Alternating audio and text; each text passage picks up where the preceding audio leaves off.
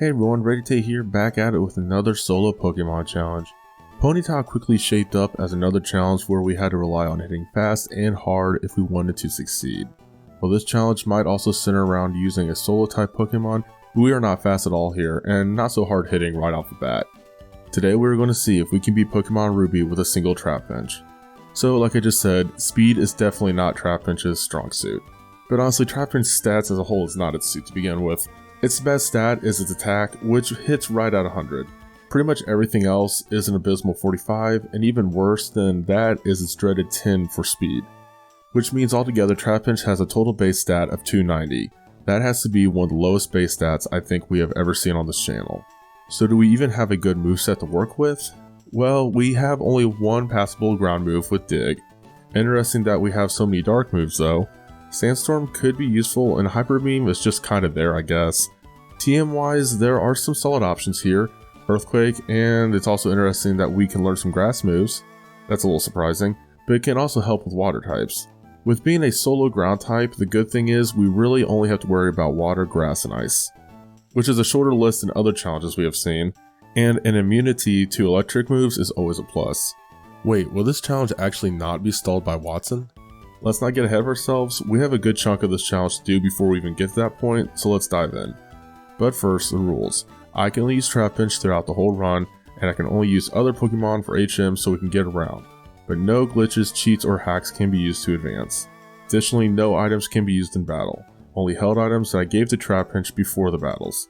This could shape up to be a somewhat surprisingly interesting run, especially when it comes to the fact that half of this region is basically ocean. We have our work cut out for us, let's get going.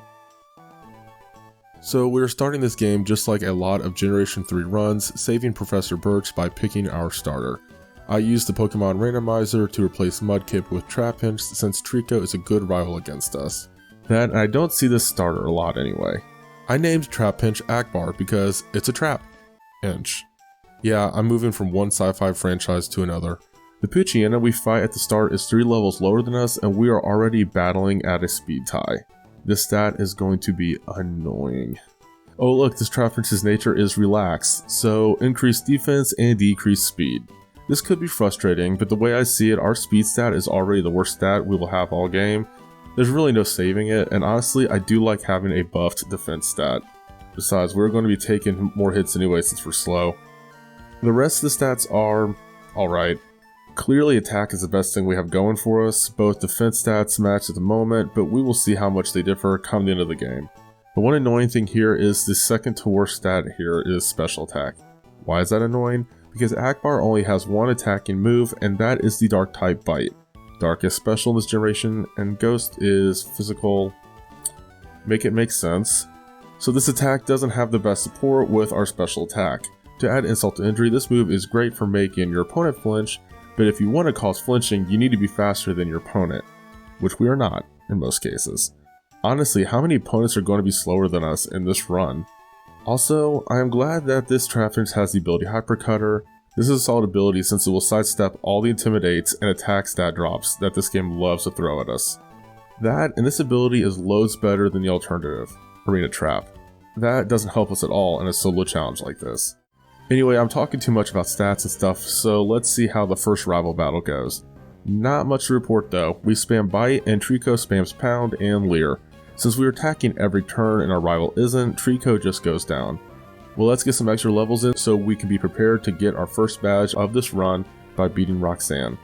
I actually think this challenge is going to be different in the fact that Roxanne's rock types are not going to stall us like other challenges. We are also getting a bit of a confidence boost early in the game, considering the fact that we are not even fighting any wild Pokemon and we are already at level 15 by the time we face Roxanne, and that is solely from trainer battles along the way. So I was right for the most part when it comes to facing Roxanne. Not much to say from our side of the battle, we just spam Bite. It's our only attacking move and it's doing decent. It kind of helps that dark moves are considered special instead of physical, and yeah, that still doesn't make sense to me either considering Ghost type is physical. Again, but anyway. Pokemon like Geodude don't sport as good of a special defense compared to the regular defense, so moves like Bite hit a little harder. Of course, our special attack isn't great, but look, we are getting by against Geodude. It also helps that Geodude doesn't really have much it can do against us. Yeah, the defense curl and potion use can stall the battle and be annoying, but our own defense withstands tackle, and rock throw is resisted by Akbar, so we take Geodude down eventually while we're still in good shape. We of course are still spamming Bite when Nose Pass comes out. It's not doing much, and it doesn't really help that Nose Pass uses a Harden. Besides that, it's just spamming Rock Throw while we use Bite. We do get lucky in landing a critical hit, which was needed considering it gives us the lead, and by the time we take Nose Pass out, we only have 5 health remaining. Yeah, we could have lost that fight if it wasn't for the critical hit, but I'm pretty sure that we would have the rematch soon after, so we were going to take this win and keep moving. Which then entails going to Dewford, giving the letter to Steven, and battling Brawly soon after. But this battle is a bit of a wake-up call. We can't even beat Machop at the start. Karate Chop hits really hard, and Seismic Toss can add up at this level. It also doesn't help that we only have Dark type moves at our disposal, which are resisted by fighting types. We need to reassess the situation here. I don't want to grind too high of a level this early in the game, but at the same time we do learn Sand Tomb at level 25. Actually, what am I talking about? This move isn't really that good, and it's not like it'll be super effective against Brawly's team. We really only have one TM that we can give Akbar for the time being, and that is our newly acquired Rock Tomb, which we just got from Roxanne. I am sort of tempted to give that to Akbar because if we get our opponents to have a big enough speed drop from Rock Tomb, then we could outspeed them and from there cause some potential flinching from Bite, but fighting types resist rock moves too, so this isn't exactly efficient either. So ultimately, I guess that means grinding, which we actually have some places we can go to battle trainers since that is a better way to get experience. But even battling some of the trainers at the beach at Slateport can be dangerous, and Akbar can't faint if we do too many battles in a row without healing up. It took me a long time to admit it, but the best practice is to battle a trainer or two, heal up, and then repeat. Eventually, we get through the trainers on the beach, and I decide to take care of delivering the Devon goods here in Slateport. But even with our level lead, we lose in the back-to-back battles against the Team Magma Grunts, and it takes us 3 tries to actually come out on top. But the main problem in this battle is the horrible confusion luck we had after getting hit by Zubat's Supersonic. More than she statistically should have, and it really puts us in a disadvantage. Which is kind of embarrassing considering these Pokemon that we are fighting don't really have any good moves against us. Eventually we come out on top, like I said, but these battles, the ones we just did on the beach, and the fights we have coming up are really showing how rough it is to use a Trapinch in this part of the game. When you really break it down, speed is the only really bad thing Akbar has going for it. That stat is abysmal, and it will probably be abysmal for the remainder of the game. You can really feel it here too, because there are so many times we need to put our opponent's Pokemon away quickly, and you just can't do that when it's almost a guarantee that you will go second in that turn. Which means we're almost always taking an extra turn of damage in every battle before knocking a Pokemon out. Now usually, in an instance like this, it's imperative to get stronger hitting moves, but here's the problem, we aren't getting any anytime soon. Don't get me wrong, our moves we have at the moment aren't bad, but our special stat isn't the best, and why is a pure ground type at the low 20s only stuck in a situation where it only has dark type moves to use and not a single attacking ground move? The next move coming up on our learned moveset is Sand Tomb, and we do learn it during this period of grinding, but it doesn't help us much at all here. Any good teams we can pick up? Nope, not really at this location. We are level 23 and I still don't think we are ready for Brawly. I really want to make some progress though, so I decided to see how we look against our rival. Horrible once Whelmer realizes Water Gun is a super effective move. We come really close to knocking Whelmer out in the next attempt, but it still takes us down. We don't hit hard enough no matter what we do. Well, like I said, I got Akbar to level 25 and she now knows Sand Tomb. Maybe we can make progress in defeating Brawly? Well, we're still slower than Machop, and Sand Tomb does some nice damage, but we are still stuck with dark moves after that and Machop resists them. We give Machop the yellow health before it can do the same to us with Karate Chops, but Brawly soon heals it up with a super potion, so there goes all of our progress. What's also kind of frustrating is our defense here is just so meh. Like, it does just enough for things not to look scary, but since we are so slow, we get hit a lot and our opponents are still hitting just hard enough for us to get outpaced and trying to outdamage them. Case in point, we can't catch up from Machop's Karate Chops. Maybe we can instead make progress beating May at level 25? No, Whelmer still exists and even at this level gap we still can't beat it. Okay, more grinding. I didn't want a crazy high level early in the game just like past challenges, but at this point, do I really have a chance? I grind Akbar to level 30 and from here decide to go back to Brawly first. Finally we are faster than Machop. Bite still isn't hitting hard though. It does a bulk up, but then wastes a turn by falling it with a Seismic Toss since that is a set damage move. Third Bite flinches Machop and takes it to deep yellow health, so we are doing really good here. But here comes the Super Potion, which I was expecting. Bite quickly takes Machop back to yellow however. Machop gets us into yellow finally, and another bite from us takes him into red, but of course Brawly uses another Super Potion here for the heal up. Things are getting a little scary, but then we get some incredible luck from back-to-back flinches from Bite, which allow us to easily take down Machop. Makuhita is next, and we are still spamming Bite, despite it still not doing much. Flinching is nice though. Makuhita then uses a Sand Attack to lower our accuracy, but that doesn't scare me since Feint Attack doesn't miss. It doesn't knock Makuhita out though, so we are still subjected to 5-time hitting arm thrusts. It knocks us into red health, but also it hardly hurts us, so we're still in a perfect spot to use one more Feint Attack to win the battle. Finally, some progress. We still have a rival to worry about, but maybe this level lead will be enough for the win? Even at this level, it's still not happening. Wailmer is still a threat, but now we can usually come out on top. But that just means we're in bad shape when Grovyle comes out. It likes Absorb, which not only is super effective against us, but the extra health it gets is making it hard to take down. We are back to having multiple attempts fail, which means we are back to grinding. The one silver lining here though is we don't have to grind for long, because at level 33, Akbar learns Crunch. Sure, it's still a dark move, but it's a more powerful bite, that instead of flinching, we can now lower our opponent's special defense. Hopefully this move, plus the extra levels we just got, can give us the win. Well, Crunch does seem to be key here with it taking over half Wailmer's health and damage, and it does lower its special defense. Also, Wailmer wasted a turn with Splash, which I will never complain about. It does hit us with a Water Gun in the next move, but by that point, we can easily finish it off with another Crunch. Grovyle is next and is still scary. It is sticking with Absorb, of course, and we are still sticking with Crunch, of course. Even though Absorb is super effective and it is a stab move for Grovyle, we are still winning here when it comes to damage output.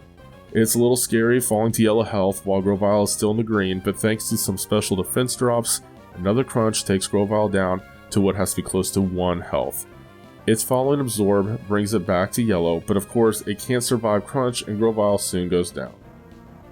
All our rival has left is Numel, still sticking with Crunch here, and Numel doesn't even stand a chance. It hurts us a little with Ember, but 2 Crunches in the battle, and now we can progress further on the map.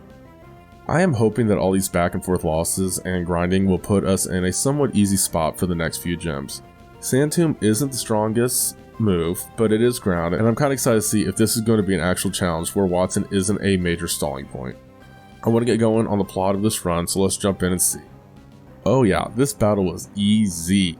Kinda weird that there was some back-to-back Sonic Booms missing, but Sand Tomb makes really short work of Magnemite. Voltorb isn't part steel, so it can withstand it, however. Because of that, Watson heals it up with a Super Potion.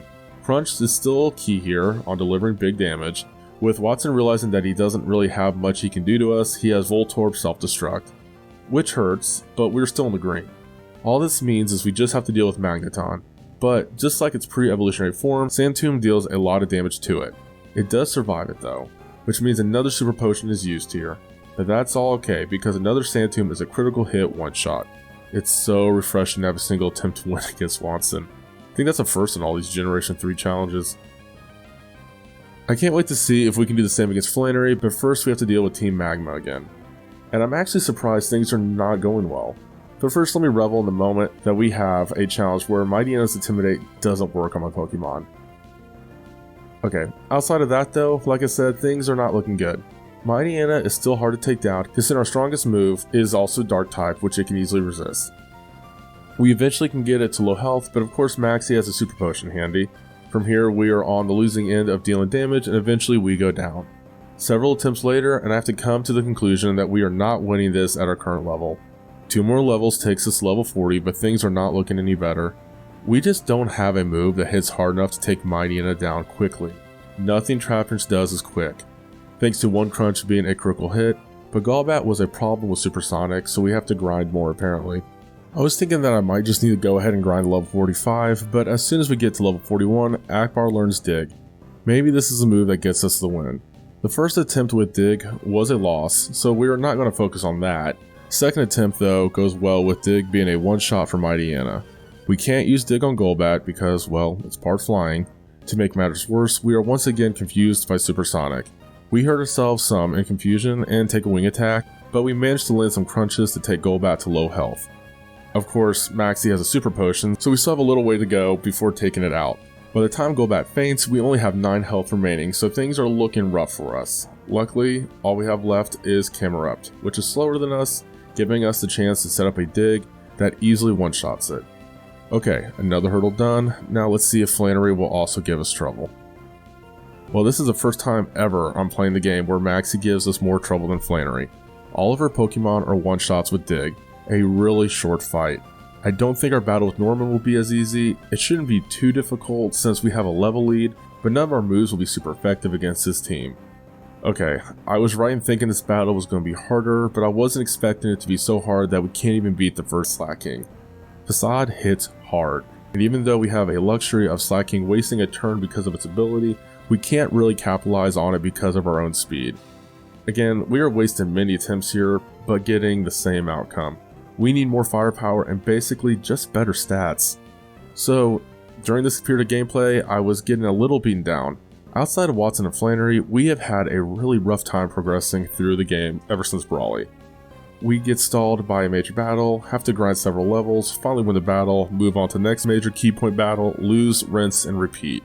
I know that this is a trend I should be familiar with when it comes to all challenges, and for the most part I am, but this challenge is getting a little tiring with how we have been progressing so far. We are a physical attack heavy ground type that really only has decent special dark type moves for the majority of this run. I know our speed was going to be a problem, but we really are the slowest Pokemon in this game, it feels like. I don't like having a major level lead in challenges because I feel like it makes the run feel boring if our stats are high enough to just overpower everything, but the fact that we have to level up some before every major battle is telling me that a large level lead might actually be essential. Seriously though, the way our stats have been looking, I get the feeling that Akbar might need to be at level 100 for this challenge to be completed. That might actually be the first time I've ever done that. Actually, scratch that, I just checked. I had to do that with my first challenge with Sentret. Anyway, grinding is necessary again, and Trapinch really is shaping up to be that bad of a Pokemon. I don't know if it was because it was late at night when I stopped here, but it was discouraging how bad we have been doing in this stretch of the game. It was also at this time that I realized I had made a slightly dumb mistake. I didn't know where I thought the Quick Claw was, but I thought it was later on in the game. Nope, it's actually in Rustboro City. Well, that is right next door, so we head over there, we get it, and immediately give it to Akbar. But this doesn't mean that we are getting the instant win against our dad. Sure, we might have the random turn where we attack first, but we still don't quite have the firepower. Now, I have had a team of 5 Zigzagoons with me the whole time, and they have found a lot of rare candies, but I want to save those for Elite 4 because we might really need them then. So instead, I battled trainers we had skipped in the desert and wild Pokemon until we got Akbar to level 47. Once we reached that level, I went back to giving Norman a go. The big takeaway here is we can actually get to the last Slacking. Some of these battles are really close, and we have been dealt with some bad luck, so I feel like a win is finally within reach. Slacking attacks first as always, and Facade still does a nice chunk of damage. We are getting better at timing things now though. We just use Sand Tomb to deal a little damage to Slacking each turn. From here we switch to using Dig. It hits pretty hard, but Norman soon uses a Hyper Potion. It is okay though, since we are still synced up where we use Dig and come back up when Slacking is loafing around. Because of this, it soon goes down. We don't have this advantage with Vigoroth. It brings us to half health with another Facade. Dig, however, hits harder. We get hit by another Facade and then take Vigoroth out with another Dig. From here, we just have to take care of the second Slacking, but again, we just need to focus on timing.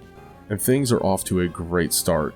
Norman keeps spamming Focus Punch, which deals with Slacking spending a turn tightening its focus, which gives us the opportunity to start our 2-turn move Dig.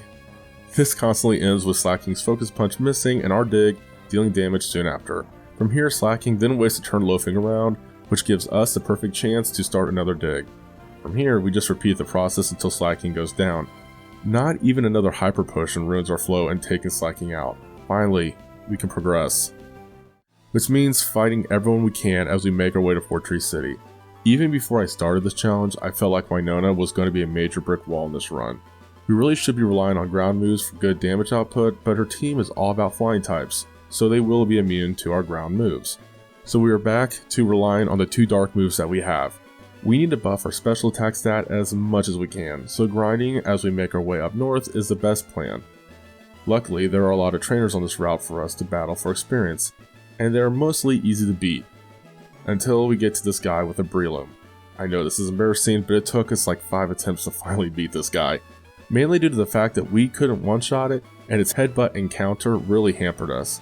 Eventually we got lucky with a critical hit, and we could take it out from there. Seriously, all the Team Magma grunts at the Weather Institute were easier than that guy. Loads easier. We barely took any damage against all of them. Worst criminal organization around. But of course, beating Team Magma here means another rival battle, which took 3 tries. Numel and Wailmer are not the problem. It really is all Grovyle. Yes, Wailmer can hurt us badly with Water Pulse, but Leaf Blade is way more dangerous. On the last attempt, we had some good Quick Claw luck, or maybe we actually are faster than Numel and Wailmer, which I kinda doubt. Anyway, we just one-shot both of them with Dig. Grovyle is faster, but just wasted a turn with Screech. We use Dig again, and it hits hard, but this time it's not a one-shot. Its Leaf Blade once again does a lot of damage, but all we had to do was use Crunch to quickly knock it out so we could win the battle. Well, now we're at Fort Tree City, and we are at level 50. Honestly, most of these stats are so mediocre except for our speed. That is just abysmal. I'm surprised that it is this close to 50 though. I'm gonna be surprised if we even see it reach 60 by the time we get to Elite 4. Our attack stat is our best stat, but we can't use it in this upcoming gym battle since our only physical attack is a ground type move, which will never land on the flying types. I don't have a good feeling about this gym, but I'm going to feel like this for the remainder of the badge run, so let's see how things really look. Well, it's hard to gauge.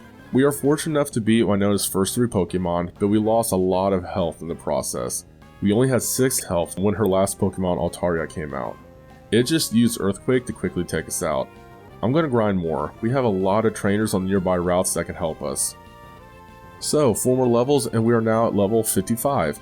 Things are not looking better though. In fact, on the first try at this level, we go down to Swellow.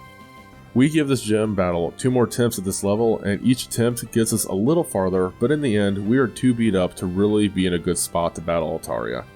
You know what that means? More grinding. So much more grinding that we might as well progress east on the map and try to take care of more of the storyline. I'm almost thinking we should focus on Tay and Liza and then go back and take on Wynonna. Of course, this entails fighting our rival one more time. Her newly added Swellow isn't a threat and easily goes down. Wailmer is still easy to take down with Dig. Grovyle is still wasting a turn with Screech, so we are in a good spot to hit it hard with Dig. It survives but in red health. Its Leaf Blade is still hitting hard, but we are in the yellow, meaning a Crunch easily takes it out. All that is left is Numel, which we easily take down with Dig. Grinding at the spot also means we get to do one of my favorite parts of the game, which is moving through the tedious Team Magma hideout.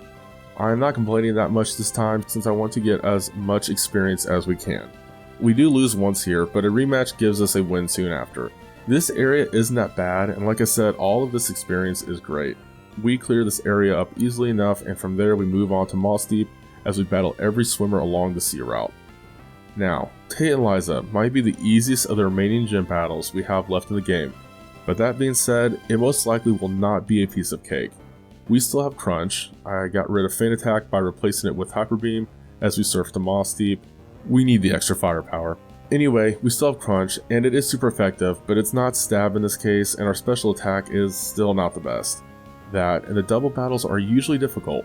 Solrock scares me the most if it uses Solar Beam, but also just spamming Sidekick could end this battle soon enough as well. So we get our spare Magikarp on the team so we can even make this double battle happen, and we don't get that far. Crunch does well, but not great. Not to sound like broken record in this challenge, but we are still a little lacking in offensive power. Because of this, it is common to get Solrock or Lunatone to low health, but in the perfect range for Tay and Liza to heal them up with a Hyper Potion. Hypnosis misses a lot, but when it does land, it feels like we are asleep for a long time. Psychic damage can't stack up easily from there, and before you know it, we go down soon enough. With us not being quite at the level where we can easily take out either of these targets, it's hard to figure out which Pokemon we should be taking out first. Solar Beam is dangerous with Sunny Day, but Hypnosis with Psychic spamming can also spell our end too. There was even a point when I decided to see if Giga Drain was key to getting the win. I mean, both Solrock and Lunatone are part rock, so it is super effective against them, and the extra healing would be nice. It does help in that area, but at the same time, when we need to start healing, we just have Lunatone left, and it has used a couple of Calm Minds. That move raises its special defense, so Giga Drain isn't doing as much as it could. Psychic always took us down in the end when we were relying on that move. So, unfortunately, we are grinding again. We are at level 58 now, but I am just going to cut to the chase and get Akbar to level 65. We still have plenty of battlers on the routes south of us. It stinks that this is so time consuming, but it is the only way we are going to see any progress in this challenge. Seriously, Trapinch's stats are just that bad. Honestly, they are. I've come to the conclusion a while back that we are going to need to be at a really high level if we even want to win this whole challenge. I mean, even after we complete these 2 gyms that we are currently stuck on, we still have the water gym at the end, and that is going to be ugly before we even get a chance to win. This has easily been one of the toughest challenges I have done in a while, and I wish I had more options that could lend to interesting strategy, but Trapinch is just kind of one-dimensional, and there isn't much to it that gives you any creativity when it comes to thinking of ways to win besides just grinding to an absurd level just to be able to one-shot some of these Pokemon. Oh, but a first for me has happened in the middle of this grinding session. We went back to Moss Deep to heal up, and the nurse at the Pokemon Center notified us that one of our Pokemon got infected with Pokerus. Pokerus is a really rare virus that a Pokemon can catch from random battles. Once one of your Pokemon in the party gets it, it can easily spread to your whole party. Somehow, one of my Zigzagoons got it and soon passed it to Akbar. Because of this, Akbar will get double the effort values that she normally would get in each battle. I haven't been paying too much attention to this kind of stat so far in the game, but still it is great that these stats will be doubled like that. The virus wasn't active for long since we caught it around 11:30 at night, and as soon as midnight came around, my whole team was cured. That doesn't really matter though, since the effect of the virus is still active, and this can help us for the rest of the game. I did get bored of grinding after a while, and tried to see how things looked against Tate and Liza at level 63. Crunch is hitting harder, but we still can't get a win. Okay, more grinding it is. While grinding, I also remembered that my Lepid berries might be done growing in the garden south of Mount Pyre, so I went and grabbed those, grinded some more in that area, and by the time we were at level 64 and close to Fortree City, I go to see if Winona is possible to beat where we are currently at. Crunch is hitting much harder here against Swallow, but we still can't one-shot it. But Winona used a Hyper Potion, so that's good. Another 2 crunches soon after that take it out. It took me a second to figure out what we should be doing against Pelipper. Well, a critical hit Hyper Beam turned out to be a good choice. Skarmory opens with a Sand Attack, which I hope doesn't bite us in the butt later. Crunch is weaker against Skarmory, but really it's the best move we have against it. Good thing Skarmory's Steel Wing is weaker now thanks to our improved defense. We are also getting fortunate in dealing a couple of special defense drops from Crunch. Winona heals Skarmory up with a Hyper Potion, but I hope that these drops will cause us to take it out sooner with Crunch. Of course, it also helps if you can get Crunch to actually land so it can cause damage.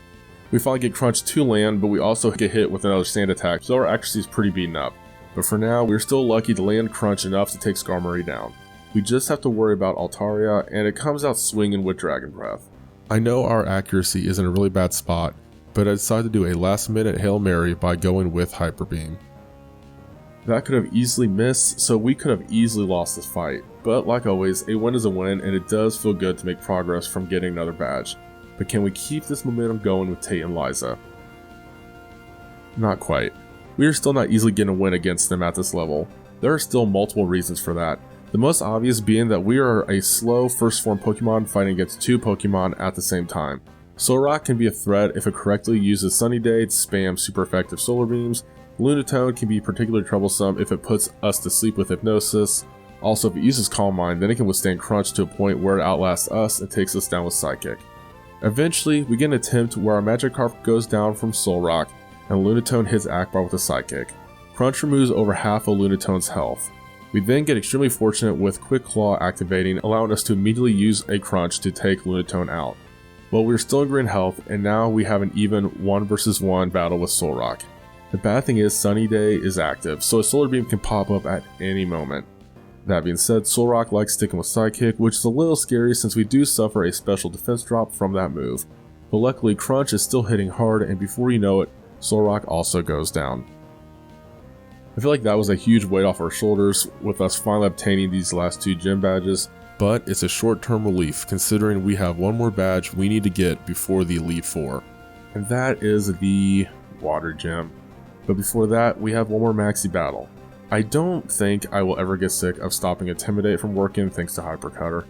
Also, it's a lot of fun when Quick Claw activates so you can set up a Dig before Mighty Anna even gets a chance to attack. Dig hits hard, but Mighty Anna is still standing in red health. Maxi heals it up with a Super Potion, but our Crunch doesn't take it out. Our luck is still going though, considering Mighty Anna's Swagger misses and another Crunch does take it out. Crobat is, of course, faster and attacks first, but our Crunch is hitting a lot harder. Maxi uses another Super Potion, but our next Crunch is a critical hit, so it doesn't really even matter. Camerupt is all that is left, and we are naturally faster than it, so we go underground before it wastes this turn with Amnesia.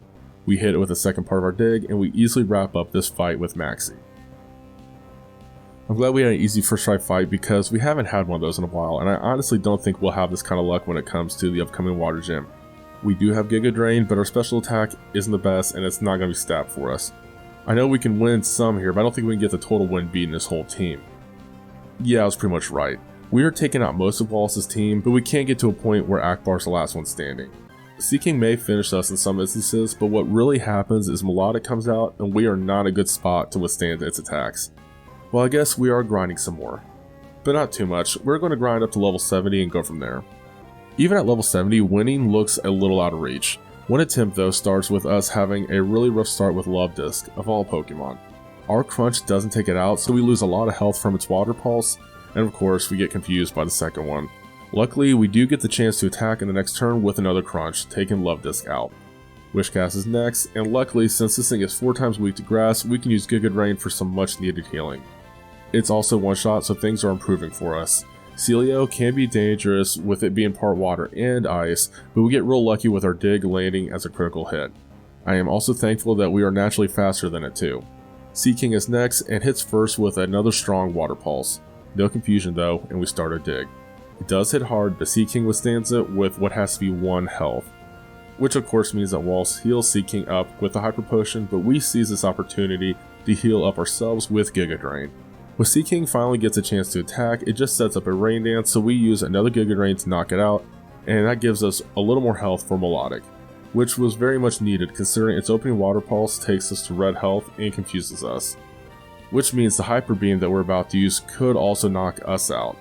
But it didn't, and we were able to hit Melodic with a Hyper Beam, taking it out in 1 move. And it was a critical hit, so that's even better. Another close call win, but look, I'm not grinding more to have a more clear cut win, especially when I know we still have Elite Four and Steven ahead of us. But forget that, because we are actually losing to the occasional battles on Victory Road. And Wally. Yes, Wally's actually given us problems. We came extremely close to beating him, but we just went down the Psychic from his Gardevoir while it was in red health. From there, I thought we could easily win in the next attempt, but I was actually extremely wrong. What is ultimately preventing us from beating Wally can be summed up as status conditions. In a lot of these tries, we get either poison from Toxic, from Roselia, or Delcatty puts us to sleep with Sing. We never survive either of those instances, and if we could get past those two, and not get a status condition from Magneton's Tri-Attack, then we could win. I'm pretty sure of it. Eventually we get an attempt where Altaria finally goes down from Crunch. It wastes a lot of time with Dragon Dance, and does get healed up with a Super Potion, so by the time it finally attacks us with Aerial Ace, we take it down soon after. We get lucky attacking first thanks to our Quick Claw. Now that Roselia is out, we dodge a Toxic thanks to our Dig, and soon it goes down as well. Delcatty does get to attack first, but it just wastes a turn using Charm, which does nothing because of our ability. So we use another Dig, and it lands as another one-shot. Things are looking really good now. It is a little scary getting confused from Magneton Supersonic, but at least we were able to set up a Dig and dodge a Tri-Attack. However, we do hurt ourselves in confusion from the second part of that move, but our luck turns around though, and with Quick Claw activating for us to set up another Dig and snapping out confusion, yep, Magneton goes down from there. We are in a much better spot this time against Gardevoir, and we are sticking with Crunch against it. This time, it's a critical one-shot hit. After all these failed attempts, it's nice to finally have some things go our way. So as we all know, we technically only have 5 battles left to beat the game. I feel like we might have some problems with all these fights because, let's be honest, almost nothing comes easy for Trapinch. But the real struggle I feel centers around Glacia and Steven. This script is already looking kinda long, so I'm not going to focus too much on these specific hurdles that lie before us. I'll cover them as we approach them, but before jumping in, let's look at how things are for Akbar before starting against Elite Four. I decided for extra security to grind Akbar to level 75. We are keeping the Quick Claw, which is a first for me this late in the game, but look at that speed stat. And look at it because I was wrong. The speed stat is actually above 60 before the Elite Four. I wish the health was better, but there are way bigger problems stat-wise at the moment. Speed obviously, but our special attack and defense are not looking great either. At least our attack stat is pretty solid, and regular defense isn't too bad. Let's see if this can really get us anywhere when it comes to these next few battles. As I figured, Sydney took several attempts, and this was one of those battles that I wasn't really even scared about. His team isn't exactly scary per se due to their focus on being Dark type, but his Cacturne took us down a lot due to its use of Needle Arm. The third attempt started well, just like the others thanks to Mighty's Intimidate not working. Sorry, I just still love the fact that that ability has no power over us in this challenge. It is faster than us and hits us with its own crunch. We set up a dig, dodge another crunch, and almost take it out. I thought Sydney was going to heal Mightyena up, but instead he withdraws him and sends out Cacturne. Our crunch doesn't do a lot of damage, but our Quick Claw allows us to set up a dig right after, which means we dodge a Needle Arm and a Leech Seed. And Cacturne survives dig, but we get to attack first again in the next turn, so we use another dig. Cacturne doesn't survive that one. Talk about a lucky break. Sharpedo can be scary, especially when its Surf takes you into deep red health. Good thing I had Akbar use a Giga Drain in this turn. It also takes Sharpedo into red health, but we are stuck in yellow and that's still a scary spot. Sydney decides to heal Sharpedo up with a full restore, so we are going to get some extra healing with another Giga Drain. Sharpedo is back to red health and uses a Swagger on us despite the confusion. We are able to take it out with one more Giga Drain. Mightyena is now out, we snap out confusion as Sydney doesn't heal Mightyena up, so another crunch takes it down. Next is Absol, which just uses a Sword Dance and Mist Slash while our dig one-shots it. Shiftry is last out, and it's also part grass, so we still need to be kind of careful here. So I decided to use Hyper Beam, which misses, and to make matters worse, Shiftry uses several double teams to raise his evasion. We have now missed multiple Hyper Beams, and eventually though, we get one to hit and it successfully takes down Shiftry. You know, I'm not even sure it even had a grass move it could use against us. Anyway, next up is Phoebe, which means we can't use Hyper Beam for an easy one-shot here. Crunch is essential. This took several attempts, and a lot of our losses come from being burned from Will-O-Wisp, or even worse, being stuck with a Curse. We just can't take down our whole team in the amount of time it takes for Curse to knock us out. We need those two instances to not happen. Crunch also isn't hitting as hard as I would like to at this point, so I decide that now is the time to start breaking out the rare candies. Thanks to our Zigzagoon and their pickup ability, we have found 15 in total throughout the game. First we try things at level 77, but we still don't get the win. Level 79? No. Level 80? No. What was I thinking? Just going up one level? Well, let's think bigger. Level 85? Still failing at these attempts, but we get this attempt where we almost one-shot the first Dusclops with a crunch while it hits us with a weak Shadow Punch. Phoebe heals it up soon after, but we are able to use 2 crunches to take it out. The stronger Dusclops is now out and Crunch is still doing well here. Its Ice Beam can be scary, but we're still in the green. Dusclops gets back into the green from a berry, and I thought it was still in damage range for us to take it out with one more crunch, but it survives. Because of this, we are now in yellow health from another Ice Beam. We soon take Dusclops down with one more crunch. I was hoping we could dodge Bayonet's Will-O-Wisp when it comes out with Dig. It does get to attack first, but it just wastes a turn using Spite, so we go underground, dodge a Will-O-Wisp, and then one-shot it with Dig. Sableye is next, but is also a one-shot with Dig. One more Bayonet is left, and we are in a bad spot thanks to Shadow Ball bringing us to red health. But luckily enough for us, Dig hits as another one-shot. Dig has really been a lifesaver in this run. I still need it for Glacia, considering we might need to dodge some of her ice and water moves, and even though it's not the best move against them when it comes to their typing, it is still really strong considering it is stab for us. And it's doing really well, but just not great. It isn't an instant one-shot, and that combined with our speed means we are taking a lot of hits in between moves, which obviously can spell a quick end to Trapinch because moves like Ice Beam can absolutely wreck ground types. Still, we're not going down real quick, and we are lasting a decent amount of time in this battle, but going down still means we aren't near a win. After several failed attempts, I decided to go ahead and exhaust all the rare candies, which means we are now sitting at level 90. Things have improved, but when we get to Walrein, we are in a perfect spot for him to take us down quickly.